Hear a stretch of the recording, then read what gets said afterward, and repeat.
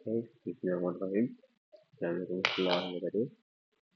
Oke, pada kesempatan siang hari ini, saya akan memberikan sedikit cerita tentang hijrah Rasulullah SAW dari Mekah ke Madinah. Nah, oke, di sini ada hijrah Rasulullah dari Mekah ke Madinah. Saya ambil dari Microblox. Yang pertama ada tekanan berat dan awal hijrah. Maksud di sini adalah pada tahun ke-13 kenabian, kaum Quraisy semakin keras mengenai umat Islam. Nabi Muhammad SAW setelah mendapat wahyu dari Allah memutuskan hijrah dari Mekah ke Madinah. Ini bukan sekedar keluarga, melainkan langkah strategis untuk membangun peradaban baru. Nah, di sini Rasulullah hijrah dari Mekah ke Madinah tidak sendirian, yaitu dibantu dengan sahabatnya, yaitu Abu Bakar, sahabat setia dalam perjalanan. Nabi Muhammad SAW memilih Abu Bakar As-Siddiq sebagai teman dalam hijrah. Mereka berdua mempersiapkan perjalanan dengan sangat hati-hati. Di malam sunyi, mereka meninggalkan Mekah, menembus bahaya demi mencapai tempat yang lebih aman. Nah, sebelum itu, saat Rasulullah ingin keluar dari rumahnya telah dikepung oleh kaum Quraisy. Lalu sahabatnya Ali bin Abi Thalib memutuskan untuk membantu beliau untuk tidur di kasurnya. Setelah itu mereka keluar dari kota Mekah dan mereka pergi hijrah ke kota Madinah. Sebelum sampai di kota Madinah, mereka terlebih dahulu bersinggah di Gua Sur, perlindungan ilahi, dikarenakan mereka saat kaum Quraisy mengejar mereka, Nabi Muhammad dan Abu Bakar, mereka berdua bersembunyi di Gua Sur. Nah, jadi sebelum mereka sampai di kota Madinah, saat di perjalanan mereka dikejar oleh kaum Quraisy. Dengan izin Allah, sarang laba-laba dan sarang burung di pintu gua mengacak musuh, seolah tidak ada orang yang masuk ke dalam gua itu. Jadi gua itu terlihat tidak ada seorang pun yang bisa memasukinya, karena ada sarang laba-laba dan sarang burung. Namun ternyata di dalam sana terdapat Nabi Muhammad SAW dan Abu Bakar yang bersinggah di sana. Setelah itu singgah di perkemahan Ummu Ma'bad. Sebelum Rasulullah SAW sampai di kota Madinah, mereka juga dikejar oleh Syurakah bin Malik, yaitu seorang dari Quraisy, di mana saat dia mengejar Rasulullah SAW,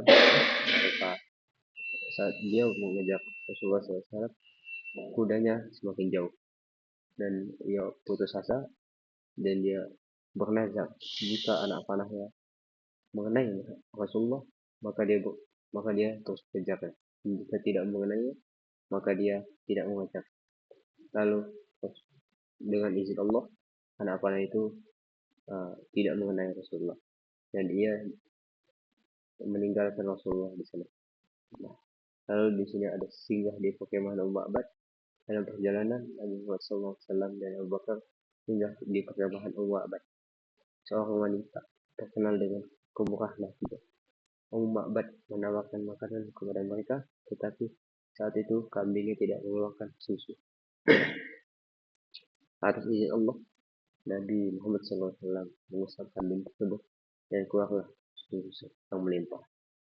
Nah, dan pada waktu itu yang dimana adalah musim panas, jadi kambing-kambing tidak memiliki susu dan tanaman-tanaman sangat-sangat sulit. Namun Rasulullah SAW meminta izin kepada Ummu Ma'bad untuk mengusap kambingnya, dan mukjizat yang Allah berikan adalah kambing itu mengeluarkan susu yang melimpah sehingga memiliki sisa yang banyak untuk orang lain. Nah, setelah itu saat Rasulullah melanjutkan perjalanan Datanglah suami dari Ummu Ma'bad, lalu berkata, dari mana engkau mendapatkan susu ini? Lalu ia berkata, susu ini aku dapat dari seorang pria yang merusak kambing kita. Lalu suaminya berkata, itulah Rasulullah. Setelah dari perkemahan Ummu Ma'bad, Rasulullah SAW mendapatkan sambutan di Kuba dan Madinah. Nah, Masjid Kuba adalah masjid pertama kali yang dibangun oleh Rasulullah di kota Madinah.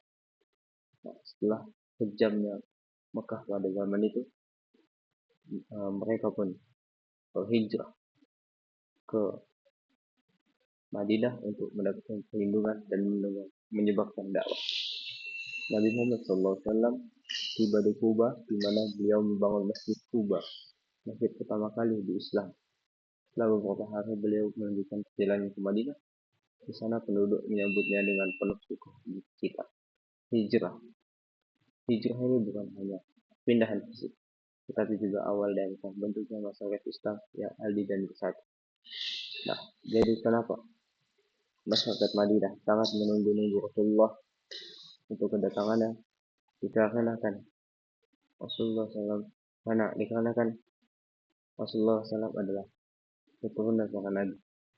Jadi para penduduk Madinah menunggu-nunggu di mana nabi yang telah dijanjikan oleh nabi sebelumnya. Nah, saat tibanya Rasulullah SAW di Madinah, para masyarakat di sana sangat bergembira. Mungkin cukup sekian cerita singkat dari kisah hijrahnya Rasulullah SAW dan Abu Bakar dari Makkah dan Madinah. Kurang lebih mohon maaf. Assalamualaikum warahmatullahi wabarakatuh.